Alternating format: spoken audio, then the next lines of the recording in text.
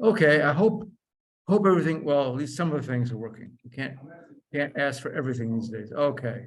All right. Welcome to Comp 422 and Comp 460. Okay, 620. All right. A little bit about the schedule coming up. Today we're talking about privacy. And then next week, a week from today, there is a exam, the third exam on the 16th. That'll again be an all-day exam like the previous ones have been. There will not be a class on Wednesday, November 16th. You can email me, text me, phone me if you have issues, which I'm hoping you will not, but should something happen, contact me. There will not be a class. On Monday, November 14th, we will have a review for the exam. And hopefully, I'm going to have a practice exam out there this weekend. It's a big hopeful. I'll have to see how that runs. Pedaling as fast as I can. Okay, so today, privacy. Let's talk about privacy, which is a complex question based a lot on people's perceptions. We've talked about CIA in this course, confidentiality, integrity, and accessibility. Privacy is a big part of confidentiality. And most people do not want everything in their life to be available on the web. How much people want available to the rest of the world varies by individuals. And sometimes we will relinquish privacy for some sort of convenience. Wikipedia tells us that privacy is the ability of an individual group to seclude themselves or information about themselves and thereby reveal themselves selectively, which I like that definition. And again, an individual's expectation of privacy depends on their culture and environment. A few years ago, a graduate student and I did a project on location privacy. And as part of that project, we interviewed about 50, we have a survey of about 50 people from A&T students, regular citizens. And it was interesting to note there was a strong correlation between age and people's interest in keeping their privacy private, or excuse me, their location private. The younger students were, the less concerned they were about keeping their location privacy. Us old folks wanted nobody to know where we were. Younger people, that invited people. So I have a couple questions. Be happy to know there's no correct answer to this, but let's find out what people are thinking. So there are some polls I'm going to throw out here, and let's see what people think about this. So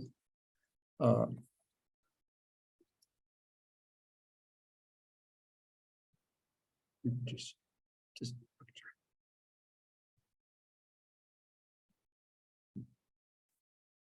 okay.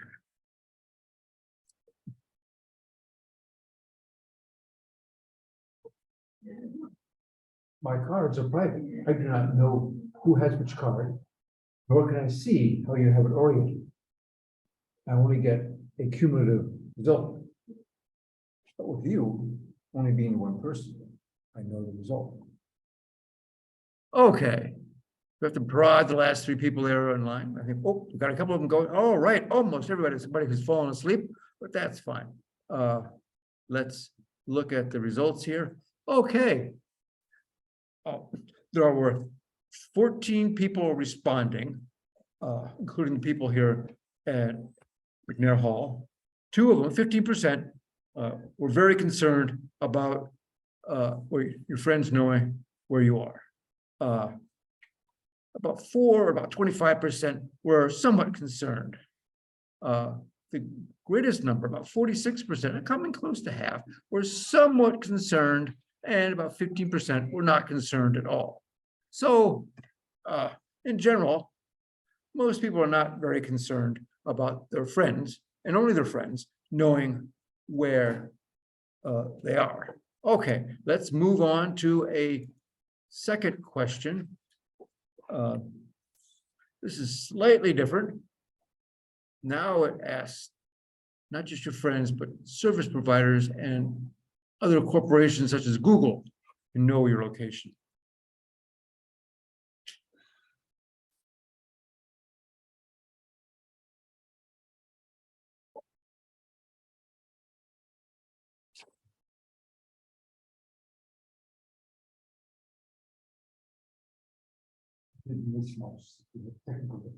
Oh, okay.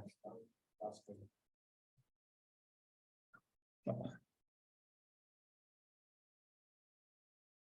Okay, well, okay, now we have two people, we can multiple. If this will work, all right.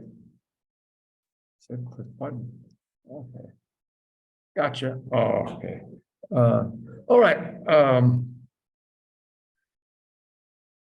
most people responding.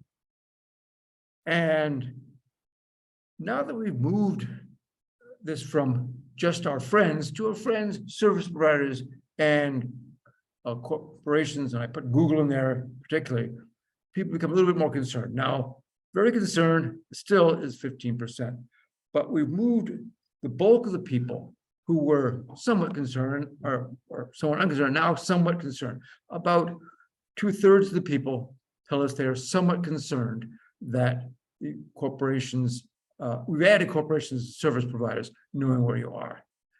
It's dropped down significantly, somewhat concerned, which is 46% before, is now only 15%. And only one person is not concerned at all. Okay, let's move on to yet one more question like this. And now I've thrown the government in there. And so what do you care if the government knows who you are? And I realize after the election, you might go, which government? But well, we're still counting.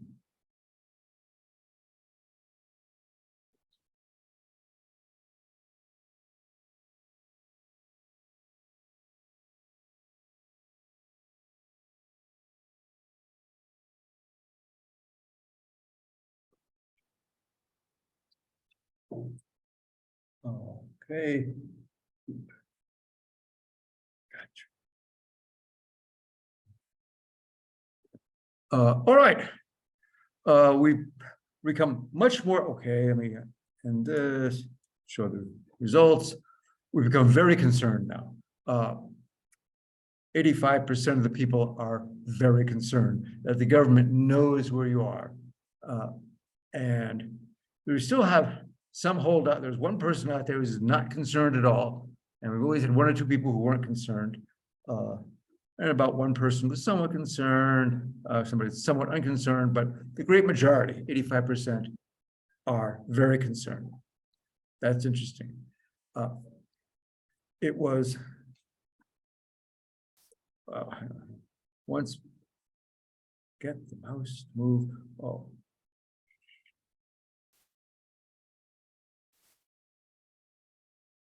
It was noted that if the government wants to know stuff about you, if the FBI or CIA, well, CIA doesn't, wants to know something about a person, all of a sudden you become interesting.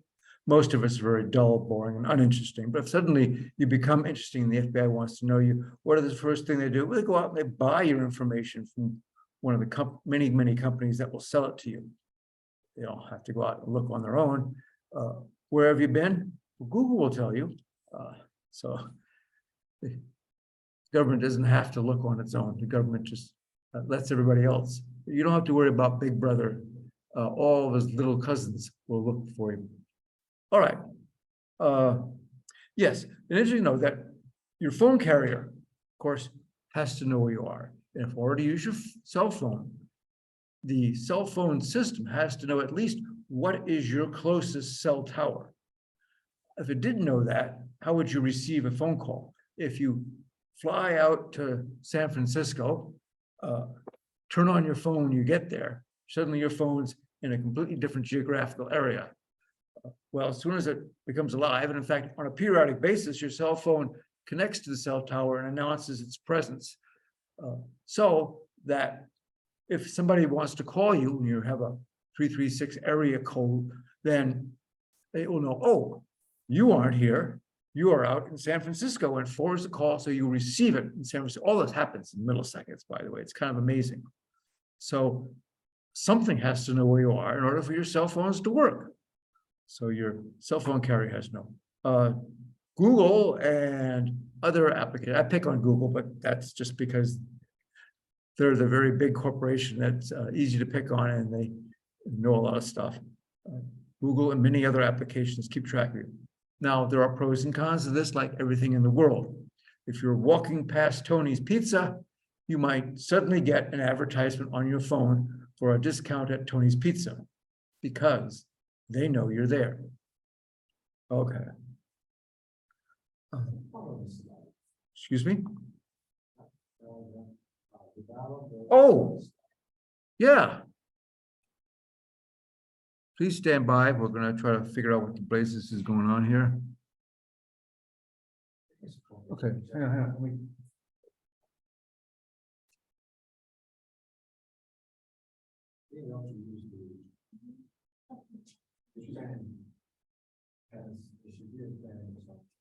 Sometimes, yeah, if I had a pen, I might consider using it.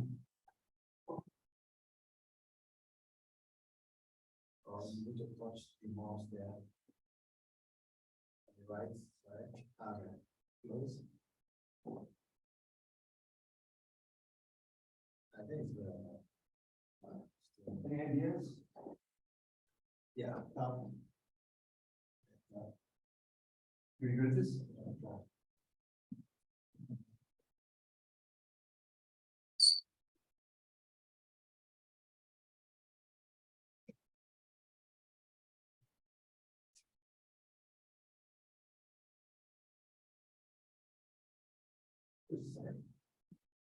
Should be something. Maybe it's this issue. Yeah, is this stuff? It's coming from here, and there's really no way.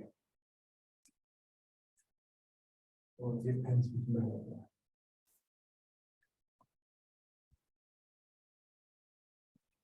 Sorry.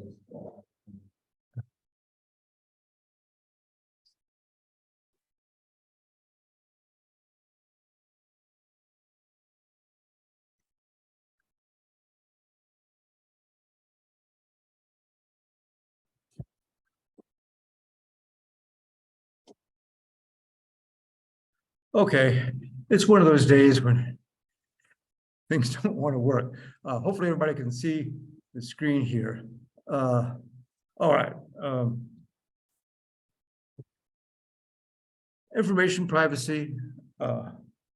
Again, we have lots of data out there. As we go about our lives in this very connected world, we leave trails of what we're doing. Every time we make a phone call, every time we look at a website, particularly every time we look at an advertisement or go shopping, somebody's keeping track of what we're doing.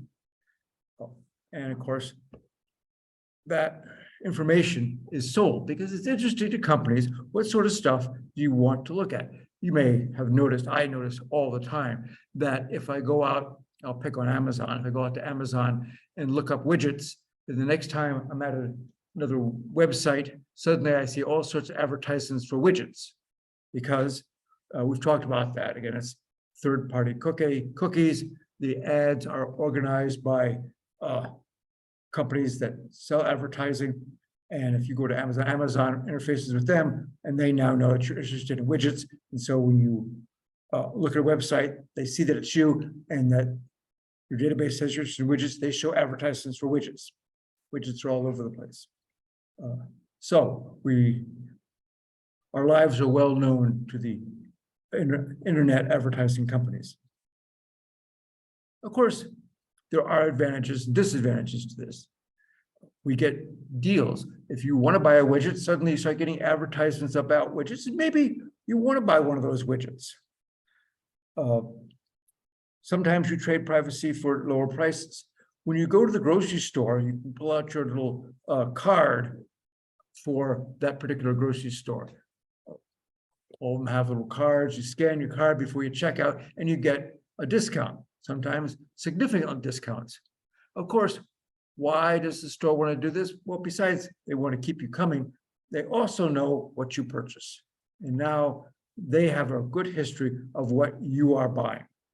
And so they can target ads towards you, say, oh, you seem to like this particular product. We have it on sale today. Come on in. The United Nations has the Universal Declaration of Human Rights. Unfortunately, my opinion, that has not been followed very carefully. And Article 12 says that no one should be subjected to arbitrary interference with his privacy, family, home, or correspondence, et cetera, et cetera. And that the law should protect you against such interference.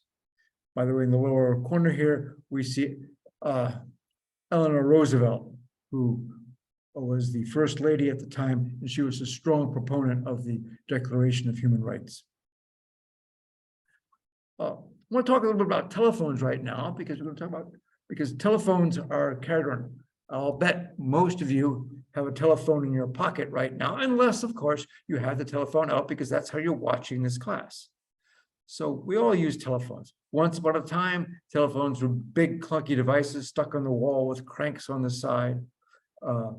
They had big batteries in them that were heavy batteries, and they were wooden. I have a friend who collects old telephones. He's got a big wall of these things, and they come in many different shapes and sizes, but you can see them.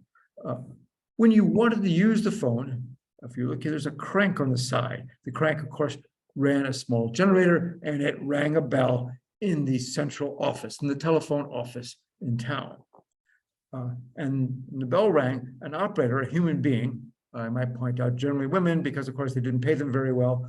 So they picked on women. Women would answer the phone, and you would tell them to whom you wish to connect, and they would take a wire that connected to your phone and plug it into the wire that connects to the receiver's phone. And it was a wired connection. And the operator made this connection.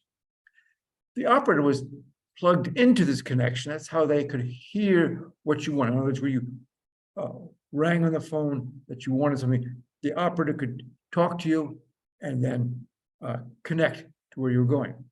The operator could also listen. So all the time when you were talking, operators could listen. The operators knew all the gossip in town because they could listen on everybody's phone. It wasn't necessarily ethical or correct, but they could. And around 100 years ago, they came up with the rotary dial phone. I might point out I still have a rotary dial phone in my closet at home that I inherited from a friend. Yes.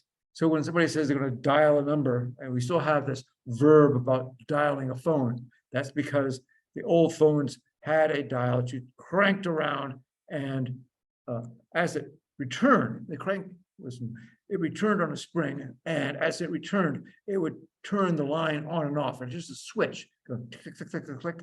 And in fact, if you have an old landline, not a cell phone, but an old-fashioned landline, I still have one of those at my house. If you press the receiver button down at the right count, right speed, you can make a call because all it's doing is making a breaking line. Yes, there was a whole series of these rotary switches that, as it clicked, it would count over and rotate, and again, you have just a series of these. It was a tree situation, and you can make calls. And that replaced the operator.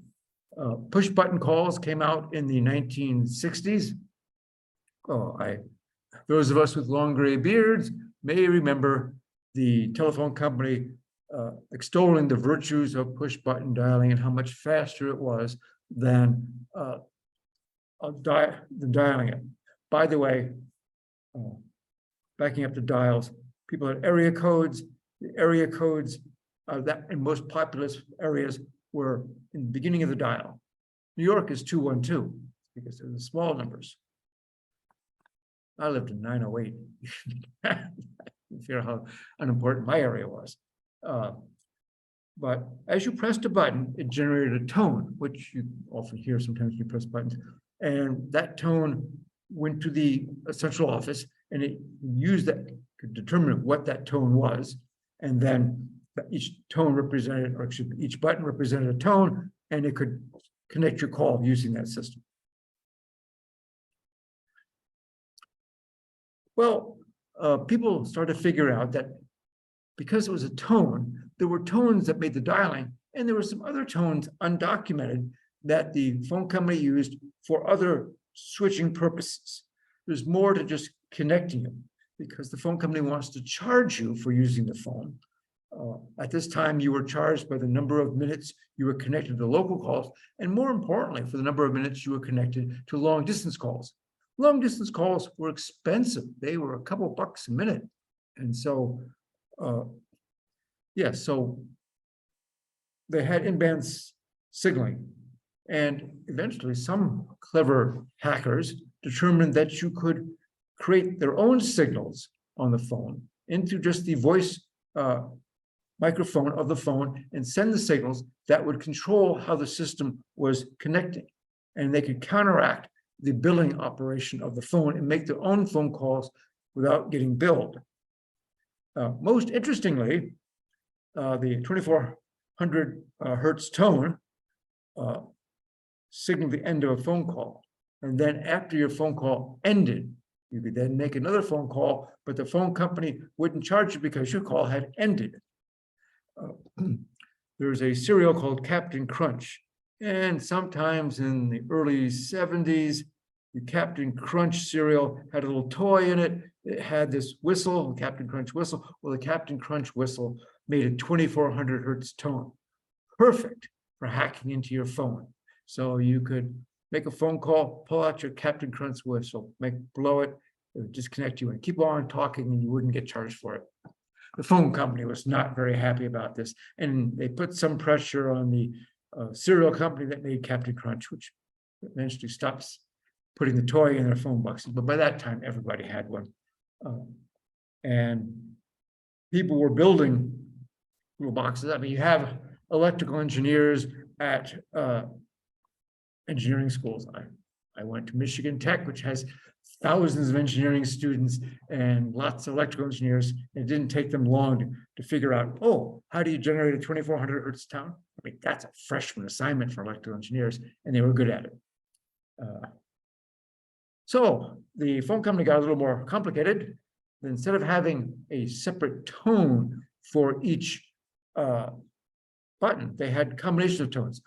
If you look at your phone, even on your cell phone or on, the buttons are in a matrix that's usually 3 numbers wide, 4 numbers deep or tall, and each row had a different tone, each column had a different tone, and therefore each button was a combination of the tones from that signal, from that column and that row.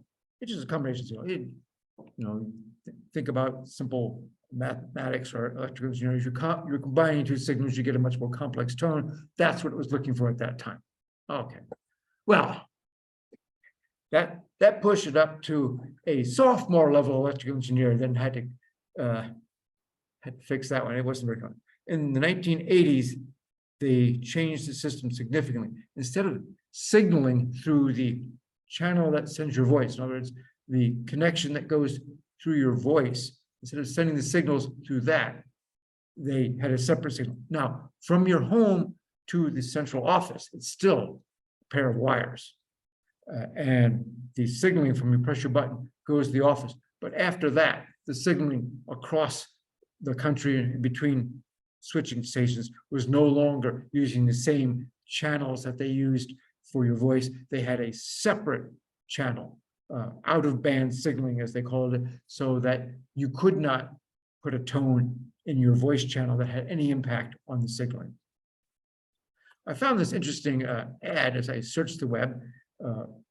It was about 100 years ago, and it promoted the use of dial phones instead of operator-assisted calls because they talked about the privacy.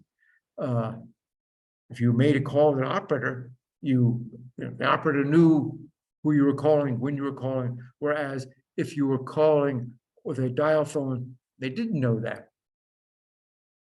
Might know local calls were 5 cents. Now,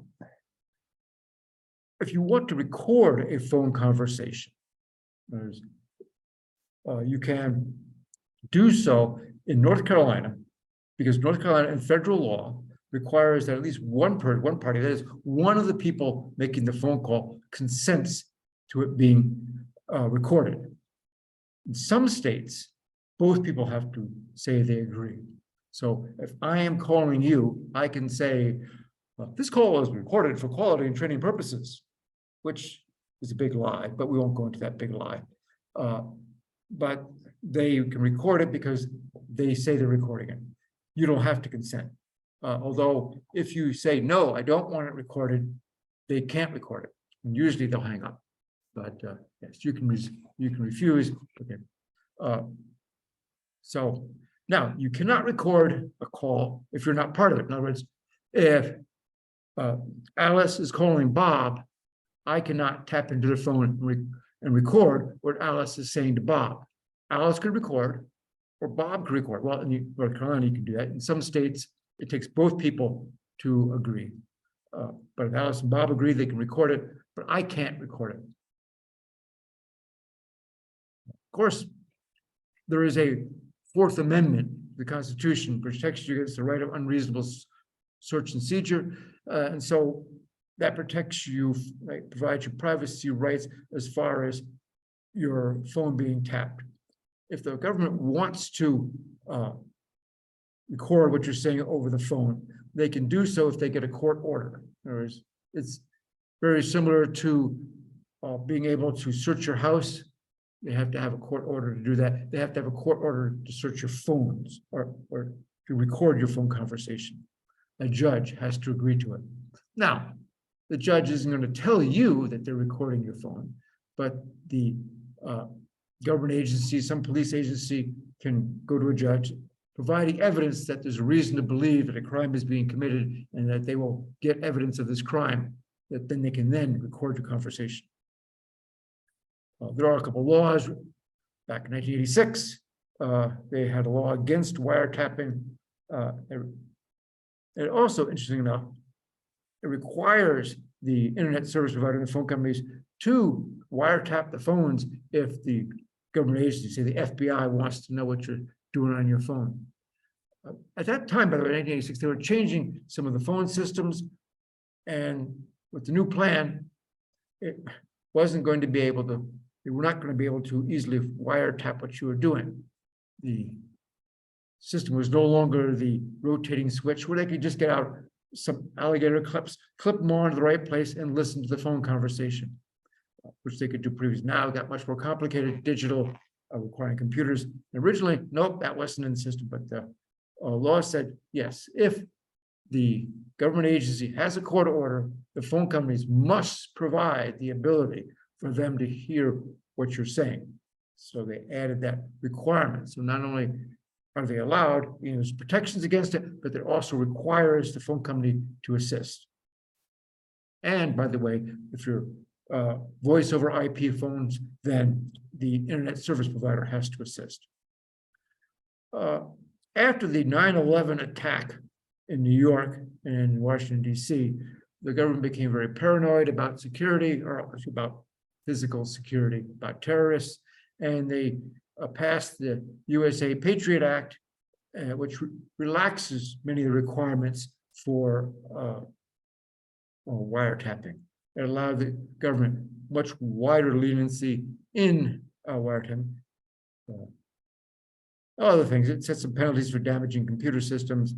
The Patriot Act allowed the NSA, the National Security Agency, to track the metadata of calls with foreign people. If you made a call outside the United States or a call from the outside the United States came into you, then they can record it. Now the metadata is just what number called you, what number, at what time, for how long. It's pretty much, if you look at your phone bill detail, it's very much like that. Who called you? When did they call you? How long did they talk to you? That sort of information. So they did not record the text of the conversations. And now they did this without the warrant. This was done, they could do this, and they did this for everybody. Particularly, I think Snowden said that they were doing this and more, but they couldn't record. If you think about it, There's an awful lot of phone calls out there.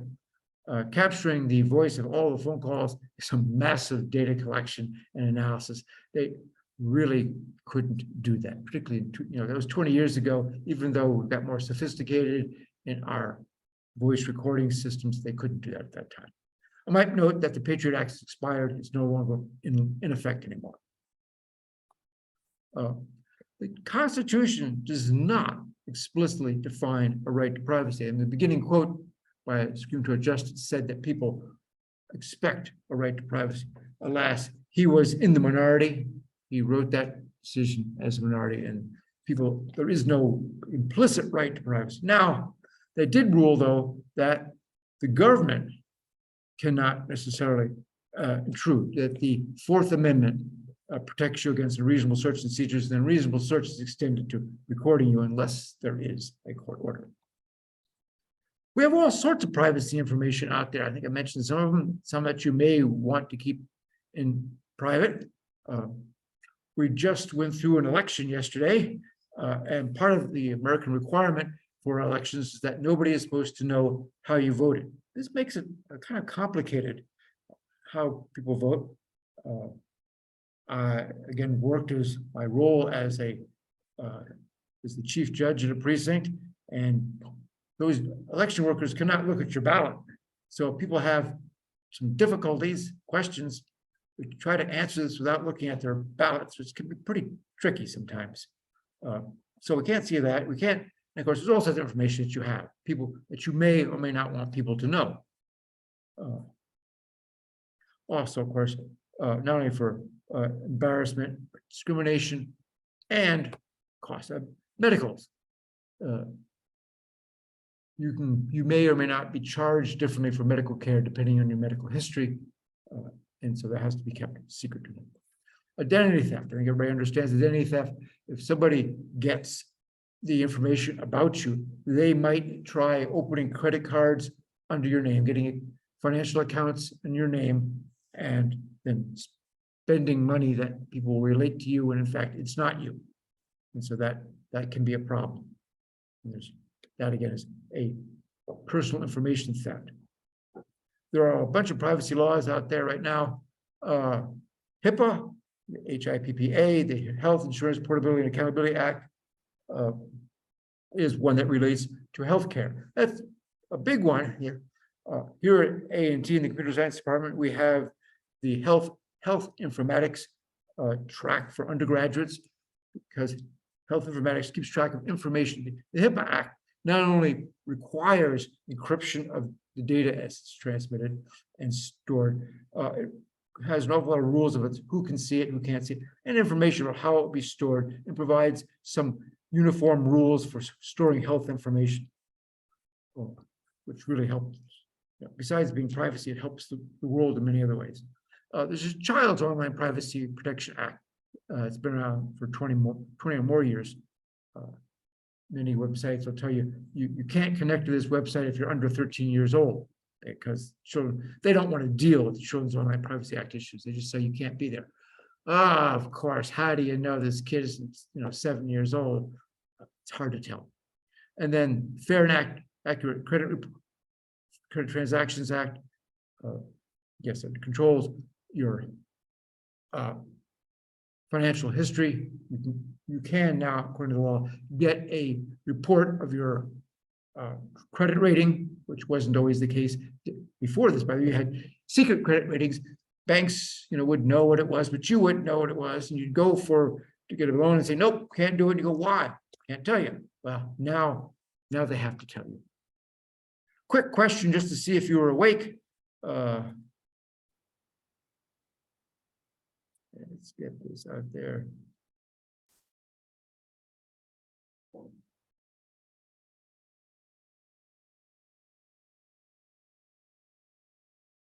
Oh.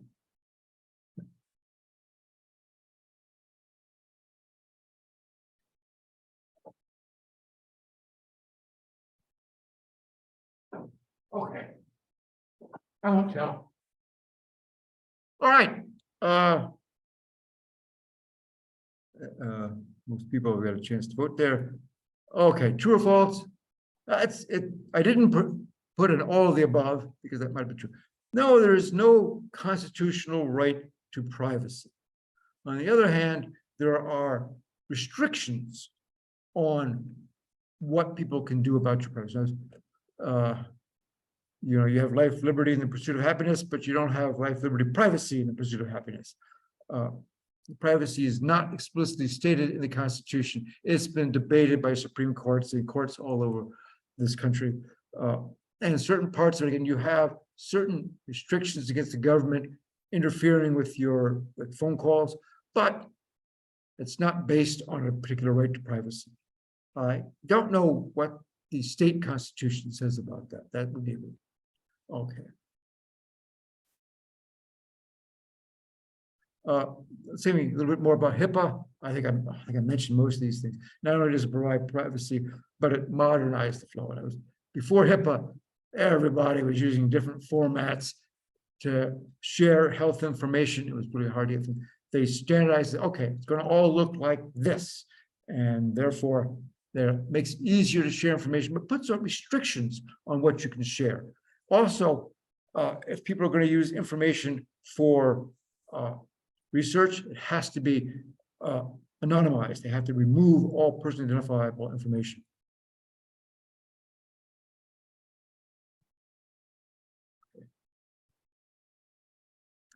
And again, you also have the right, we'll get to that in a minute.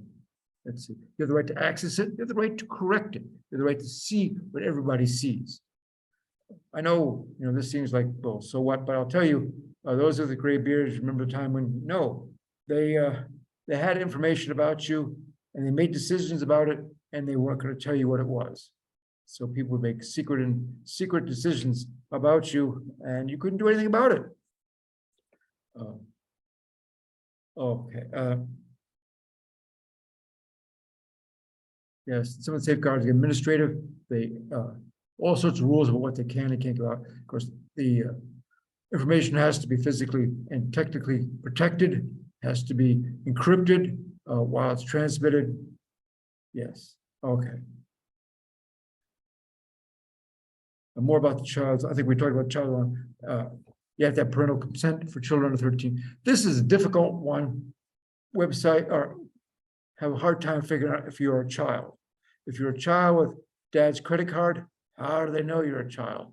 I mean, usually credit card is a big indication that somebody's got at least money, but children can sometimes get hold of credit cards and spend dad's money. And again, verifiable parental consent can be difficult.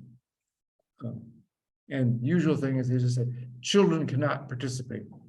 And it helps them out if they are in trouble because a child was doing something that they shouldn't be able to do on the line. At least they can say, it says right here on our agreements that child cannot do this. So you were violating the agreements, so you can't complain that we didn't obey the child. And again, the fair and accurate reporting, credit reporting, you can now get credit reports. Also, usually you only see the last couple of digits. I usually only see the 4 digits of my credit card on any report. Used to be they printed everything. Well, that was stupid. Anybody who got a little slip from the restaurant where you went, they had all your credit card information. So now if you don't print this forward. Okay. Organizations, in addition to individuals, need privacy. They have information that they want to keep. You might note that if you're an employee of a company, the courts have ruled that you don't really have much privacy from your employer. Almost anything you do while you're at work is subject to the observation of your employer.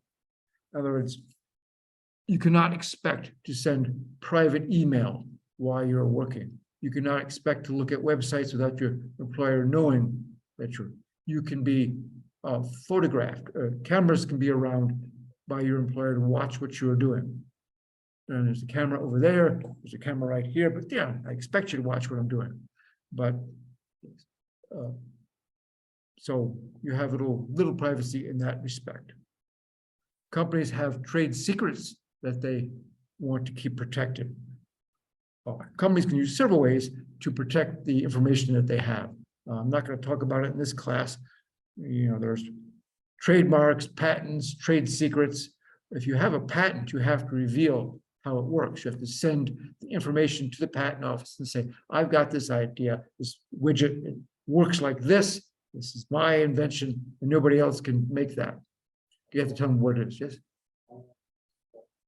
A patent only goes for a certain number of years, and I don't know. Does anybody know how long a patent is good for? Anybody out there in the web? I don't know how long a patent goes. You can renew it once, I believe. Okay, yes. Yes, and that protects you for a certain length of time. There are all sorts of gotchas. People can make minor, almost trivial modifications to the device and then get another patent.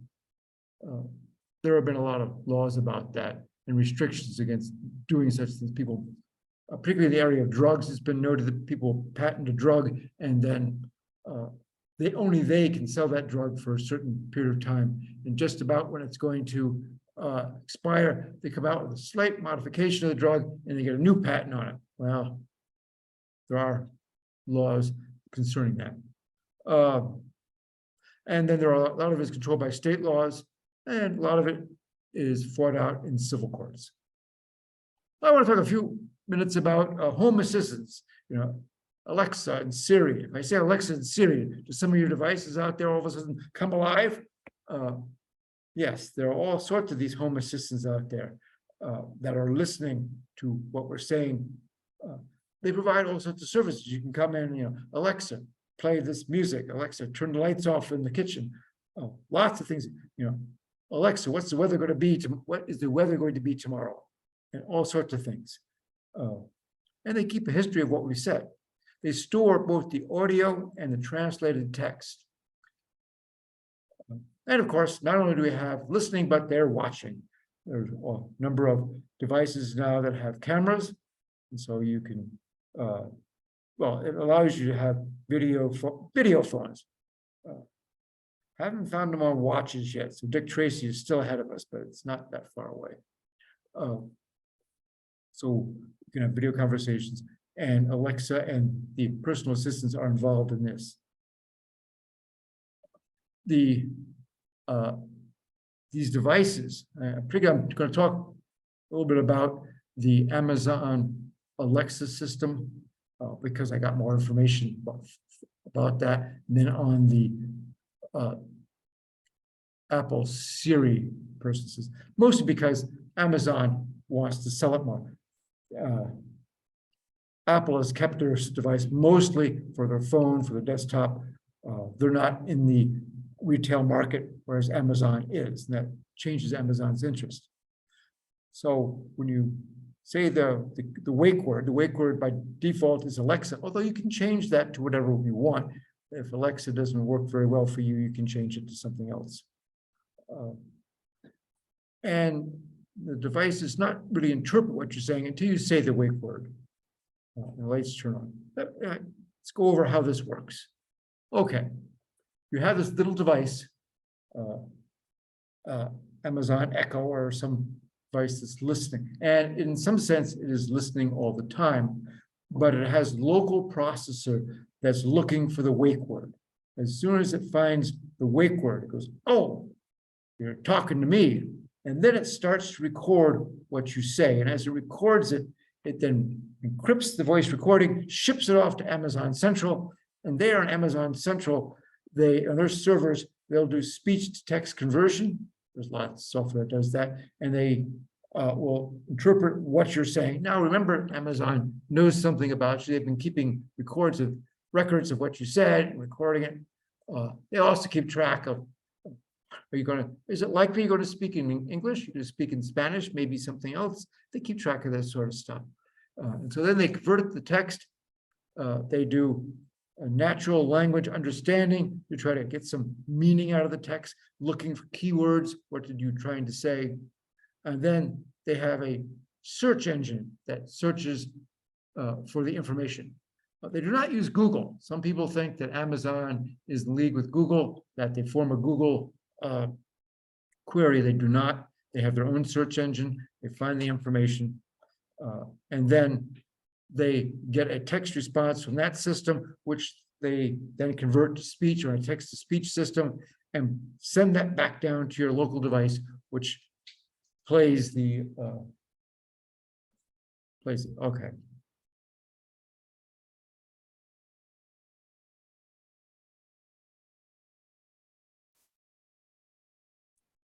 All right. Now, so in effect, it's listening all the time, but it is not interpreting what you're saying all the time. I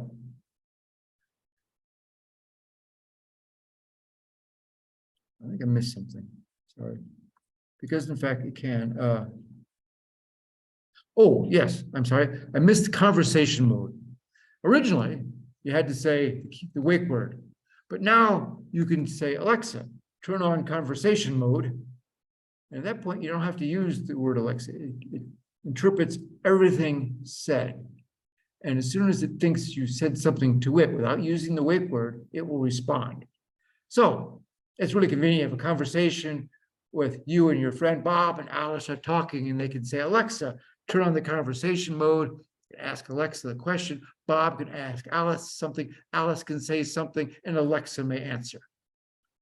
Because you no longer have to use the wake word when you're in conversation. You can, of course, say, Alexa, turn conversation mode off, in which case you have to use the wake word.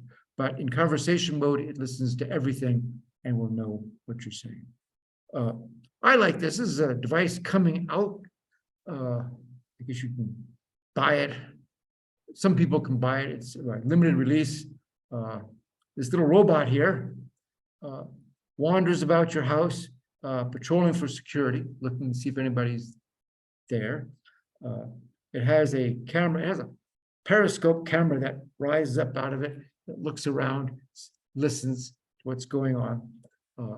And again, it does the same thing that the Alexa devices will do. And you can say, the thing is called Astro. You can say, Astro, follow me. And as you walk away, he will run after you. Does not go up and down stairs. They're pretty explicit about that. But yes, so it wanders around. Not only does it do the standard personal assistant things, but if you leave home, it wanders about guarding your house, patrolling the house, watching your cat or something. Okay. I'm going to skip this question because the real answer is may interpret everything said, because if you go into conversation mode, it doesn't necessarily record everything. By default, no, it does not record everything. The local device waits for the wake word, usually Alexa. And then after you say that, starts recording until it thinks you've come to the end of the question and sends that off to Amazon servers to be interpreted. But in conversation mode, it will interpret everything. Okay. Of course, there may be some vulnerabilities. I found this is not connected to anything at all, but I thought it was interesting for you hotshot programmers out there. If you find a bug in any of the Amazon products or services, Amazon's interested in your reporting it. Now, if it's just a low severity bug, and they've got a definition of what low severity is, you can get $150 for turning it in. On the other hand, you can make big bucks if you find a serious, what they call critical error in their system, but they'll pay you for it. And they explicitly point out open to academics. Maybe I won't teach next semester. Okay. Now, we've been talking mostly about the laws of the United States. The European Union has a different set of laws, and they're a little bit more concerned about privacy. They have the General Data Protection Regulation, GDPR. It's been around for about 4 or 5 years, and it makes significant restrictions on what companies can do with your private data. Also, it's concerned about moving the data outside of the EU or the European Economic Area. By the way, the European Economic Area is the European Union plus some of the smaller countries like Iceland, Liechtenstein, Norway. These countries are not part of the EU. EU politics are complicated, but we won't go in, and we're not going to talk about that in this class. So European Economic Area is the EU plus. But if you have personal data you pick up in France, you can't easily send it off to the United States, which is somewhat complicated because a lot of big companies are international. They have servers all over. In other words, say you have your Alexa processing server somewhere in Denver, Colorado, and if somebody in England says Alexa or something, it would be easy for them to ship that request off to Denver, Colorado, process it and ship the answer back. But they can't do that because that ships private information across to a different country, and that's restricted. Also, the big thing is that data cannot be made publicly available. In other words, if you are off looking at widgets on the Amazon site, Amazon cannot tell others that you're looking at widgets because that's your private information. You have to say that you can. California has got similar bills. California Consumer Protection Act is similar, but not quite as broad as the European Union, but they provide more privacy restrictions in California. Yes, and so if you are running a company, a server in the United States, particularly internet business, you have to disclose what you collect. You have to say, you have to allow people to review it. You have to state how long you're going to hold that information, why are you collecting this, and what is your lawful basis for collecting it, and if you're going to give it to anybody else or ship it outside the EU. People have the right to request a copy of the data. What do you have? This pseudo-anonymization, boy, that's a tongue twister for me. Basically, it's the almost anonymization of data, recommended reduced data, and again, pseudo-anonymization. Something like anonymizing the information, except it can be reversed with additional information.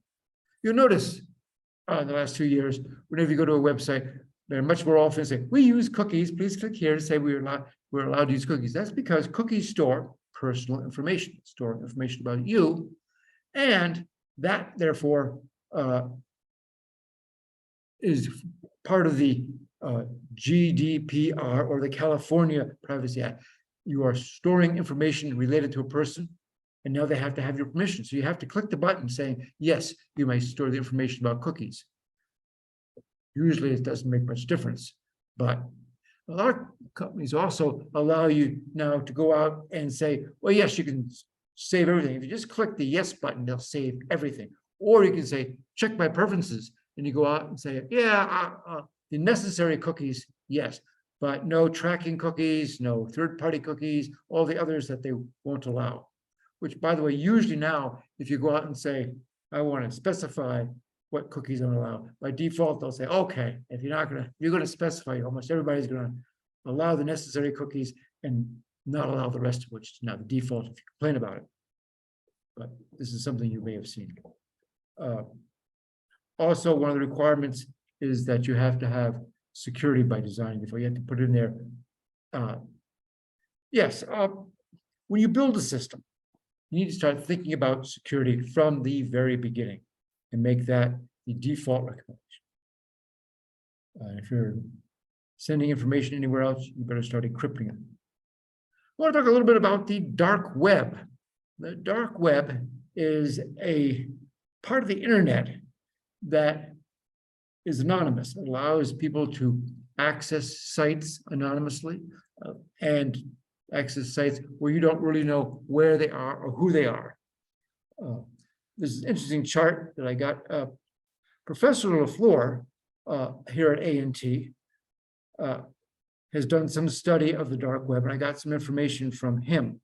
You can think of the surface web as being the companies that are widely indexed, available. They want you to know they're there. Google, Wikipedia, they want you to know that they're there. They want you to access them. And then what they call the deep web, there's lots of information out there that nobody really wants you to know. They have it. I'm thinking, oh, here we have medical, academic information.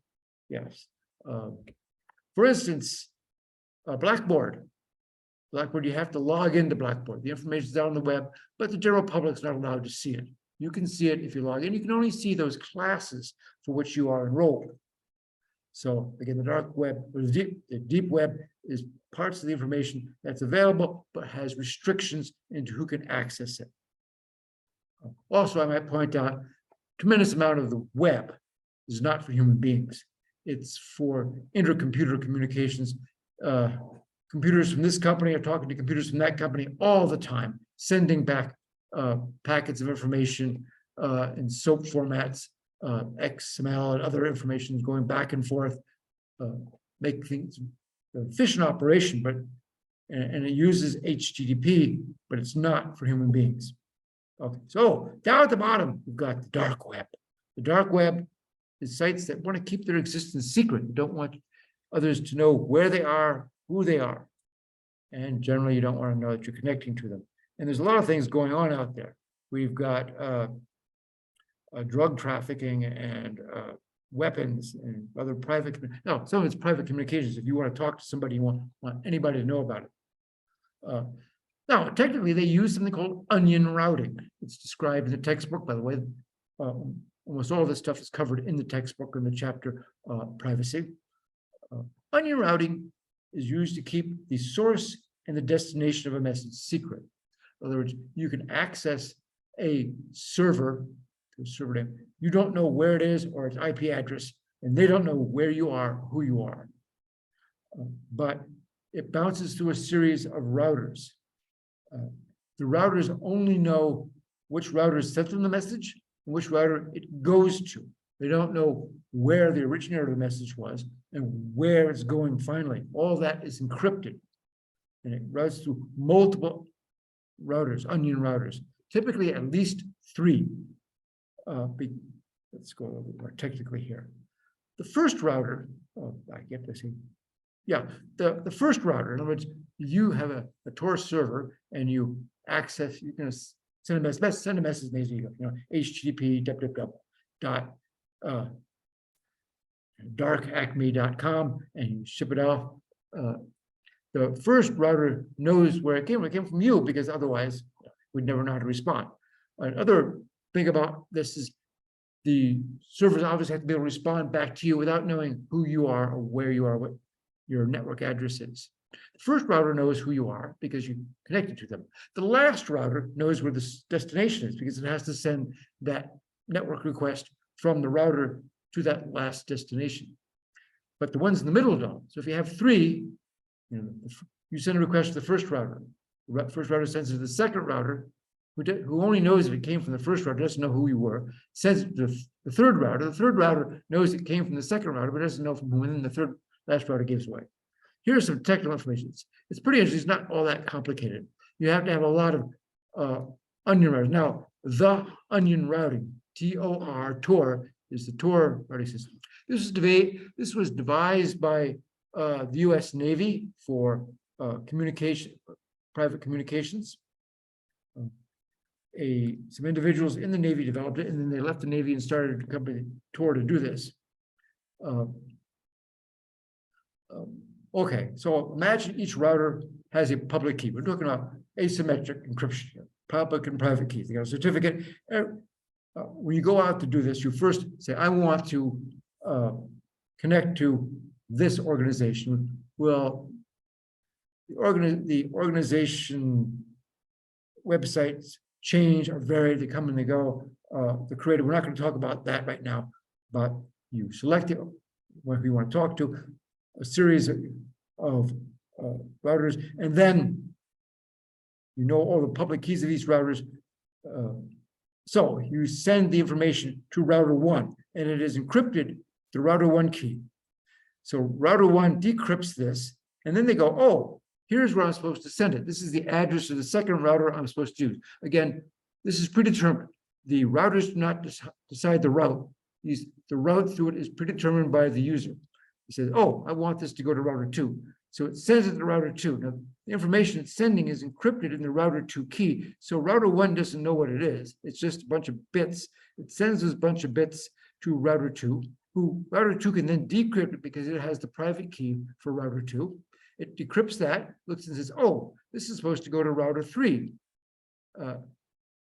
So it sends the packet to router 3. It doesn't know what's there, but router 3 can decrypt it with its private key, and it looks at it and goes, oh, it's supposed to go to this destination. Here's the data that's supposed to go. So it's decrypted and sends it off the destination. So router 3 knows the final destination. Router no one. As it sends it along, by the way, it's keeping a route identification number that goes along with this. I mentioned that. Yes, it creates a virtual circuit, because as it goes along, it's creating a circuit saying, this is circuit 47. And as they go along, they all know this is circuit 47. So when the server responds, this is something back, again, it reverses the encryption order. It says, I want the want this to go to here, here, here, and it reverses the encryption and sends it back to where it was supposed to go. Okay. Now, of course, if you want to get really secure, you're going to have end-to-end encryption with transport layer security TLS. So everything's encrypted. The encrypted data is encrypted. Okay. I'm not going to do this. We're going to split up and ask this question. Just think about this for just a minute. We're not going to split into groups because we had some technical difficulties in the beginning and didn't get started. But Tor networks, the dark web, Bitcoins, pick on these two. There are many other options, but pick on these. Allow you to communicate, buy things without any oversight from the government, from other corporations. If you buy something from Bitcoins, nobody knows where you spent your money. The government, the banks are not watching. The credit card company doesn't know where you spent your money. These are anonymous. They allow you to act anonymously. On the other hand, because it's anonymous, it has attracted criminal activity. If you want to buy yourself a crate of AK-47s and pay for them in Bitcoins, you can do that over the dark web. That's not something you'd want to do with your Visa card. I think the FBI might ask you some questions if you do. So we have another question. So should we restrict the use of the dark web and Bitcoins because they provide a tool for criminal activity? Or do they provide an opportunity for citizens to interact anonymously? Okay, we got 2 minutes. Anybody have a comment on that? Anybody put something in the chat, or just unmute yourself and speak?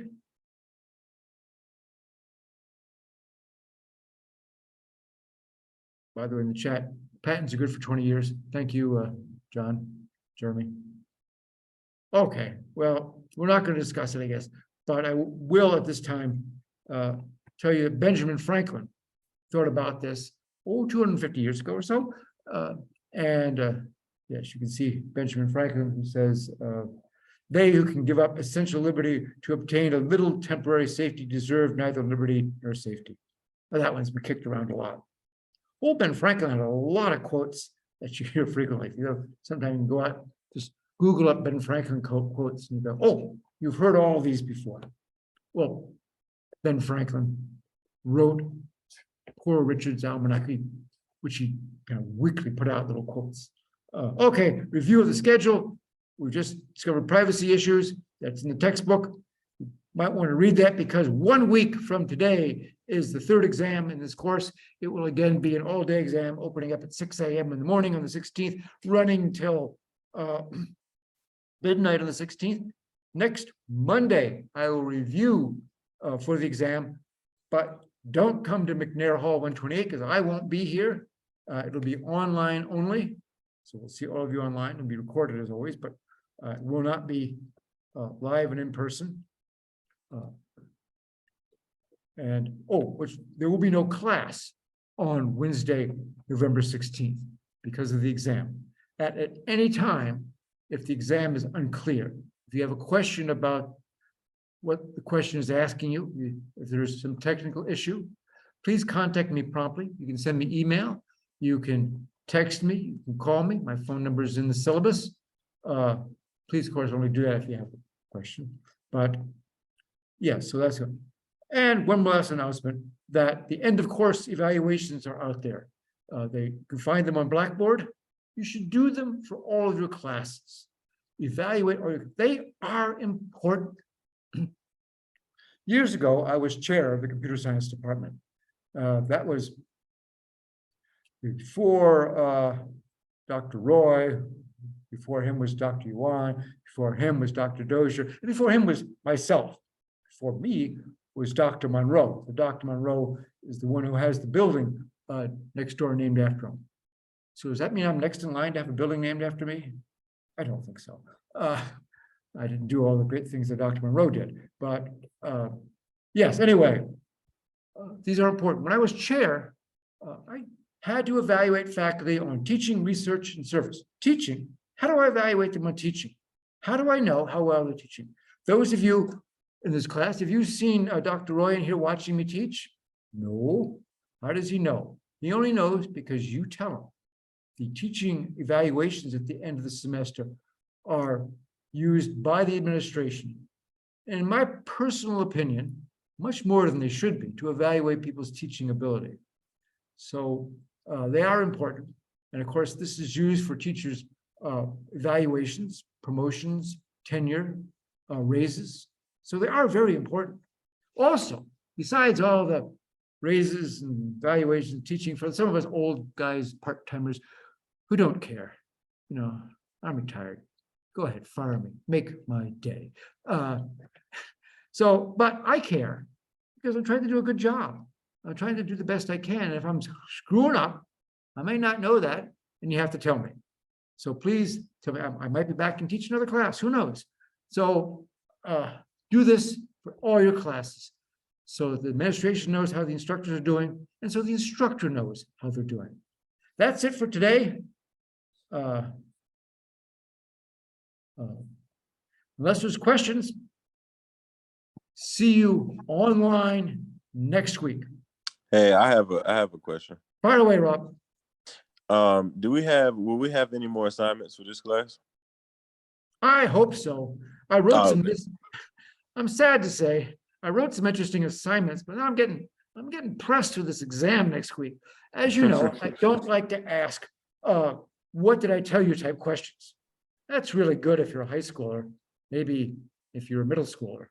But I like to ask questions that ask you to use the information you've learned. And so I've been stretching my brain on that. And I came up with some good questions. I thought, I'll use these for assignments. And I said, no, if I do that, I won't have any questions for the exam. So but I hope to have maybe a couple more, so the assignments you've done don't make sense. By the way, what about those papers you wrote? Yeah, I'm still reading those. I'm not releasing anybody's scores until I release everybody's scores. Trying to read those things. Again, there's an awful lot of them. Next week, as I mentioned, I'm going to be on vacation, much to my wife's dislike. I'm going to spend some time reading your papers. I've been looking at them. Yeah, something to do when I'm bored. Okay, but part of my time when I'm bored is I gotta have to write the exam for next week. And I also hope to write some sample questions to put out on the web by this weekend if I can, at least before Monday.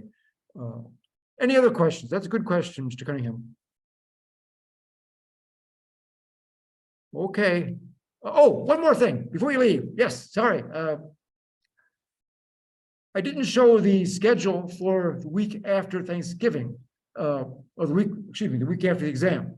Obviously, there's no classes Wednesday, Thursday, Friday, the week of Thanksgiving. The Monday of that week, of course, there is a class. And the week following, there are 2 classes. So there are 3 lectures after the exam. Is there a topic that I have not covered that you'd like me to cover?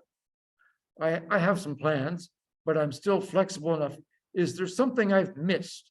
Did you get through this class or coming to the end, you go, oh, Dr. Williams never talked about so-and-so. Well, tell me now, and I'll try to talk about it best I can. So send me an email, send me a text, smoke signals, carrier pigeon, whatever you have, but let me know if there's a topic, and if I can, I'll try to cover that. So I'll be looking forward to your emails. That's it for today. See you next week online.